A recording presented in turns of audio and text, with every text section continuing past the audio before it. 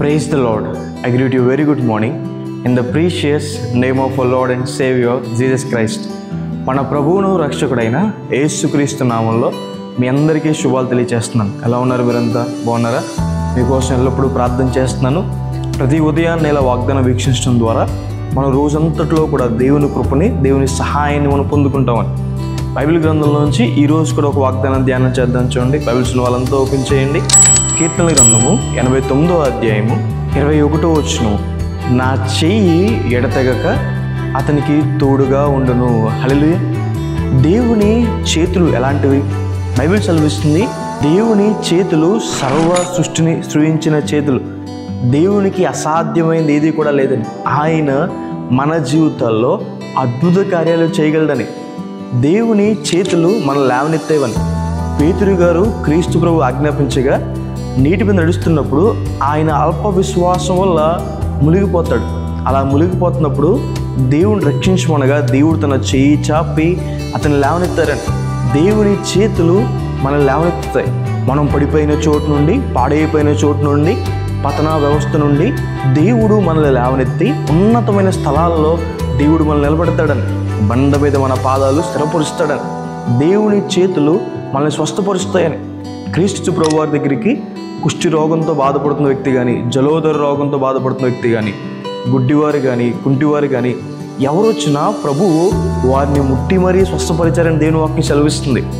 పేతురు అత్తగారు జ్వరంతో బాధపడుతున్నప్పుడు కానీ, యాయిరు కుమార్తె మరణించినప్పుడు కానీ దేవుడు చేయి చాపి వారిని ముట్టి స్వస్థపరిచారని, ఆయన చేతుల్లో ఆయన మన కొరకు మేకులు కుట్టించుకున్నారని, ఆయన తన చేతుల మీద మన పేరుని చెక్కుకున్నాడని దేవుని వాక్యం సెలవిస్తుంది. జ్ఞాపకార్థంగా దేవుడు ఎప్పుడూ కూడా మనం మర్చిపోలేదని, ఆయన జ్ఞాపకాల్లో ఎప్పుడూ కూడా మనం ఉన్నామని.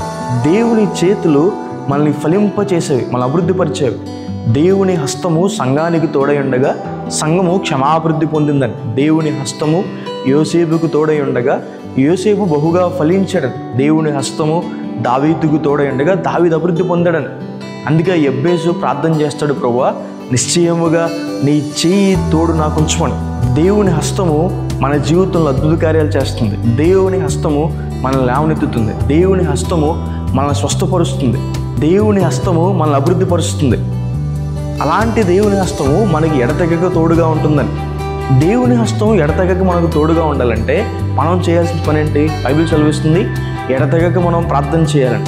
ఎడతెగక అన్న మాటకు అర్థం ఏంటంటే without seizing, without failing, without stopping అనే మాట. అంటే దేవుని హస్తము అసలు మనల్ని విడిచిపెట్టకుండా ఎప్పుడూ మనకు తోడై ఉండాలంటే మనం కూడా విడిచిపెట్టకుండా ప్రార్థన చేస్తూ ఉండాలి అని. హల్లెలూయా.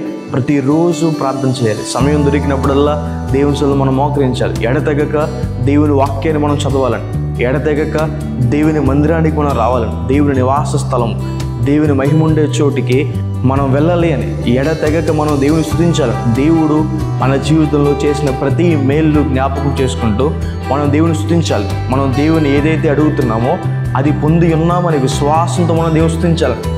ఎడతెగక మనం ప్రార్థన చేసినప్పుడు, ఎడతెగక దేవుని వాక్యం విన్నప్పుడు, చదివినప్పుడు, ఎడతెగక మందిరంలో మనం ఉన్నప్పుడు, ఎడతెగక మనం దేవుని స్తుతించినప్పుడు, ఎడతెగక దేవుని హస్తము, దేవుని చేతులు మనకు తోడుగా ఉంటాయి అని. హల్లెలూయా.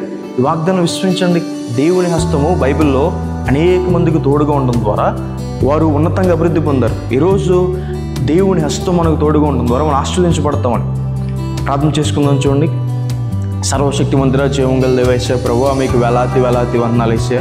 మీకు స్తుతి స్తోత్రం తండ్రి. ఈరోజు వాగ్దానం ద్వారా మాతో మాట్లాడినందుకు దేవా మీకు వందనాలు వేసా. ప్రభా మీ హస్తం, మీ చేతులు ప్రభా ఎడతెగక మాకు తోడుగా ఉంటాయని సెలవిచ్చింది దేవా మీకు వందనాలు వేసా. ప్రియులు ఎంతమంది అయితే ఈ వాగ్దానం వీక్షిస్తున్నారో ప్రభు వారి జీవితంలో మేలు చేయండి. మీ సహాయాన్ని సహకారం అందించండి. మీ హస్తం వరకు తోడుగా ఉంచి ప్రభు అభివృద్ధి పరచండి. అనారోగ్యంతో బాధపడుతున్న వారిని స్వస్థపరచండి ప్రభు. అద్భుత కార్యాల కోసం ఎదురు చూసే వారి జీవితంలో అద్భుత కార్యాలు చేయండి అయ్యా. ప్రతి అవసరం తీర్చండి. సమృద్ధిని వరకు దయచేయండి. కృపను గ్రహించుకొని యేసు నామమున అడిగి వేడుకుంటున్నాను తండ్రి. ఆమేన్.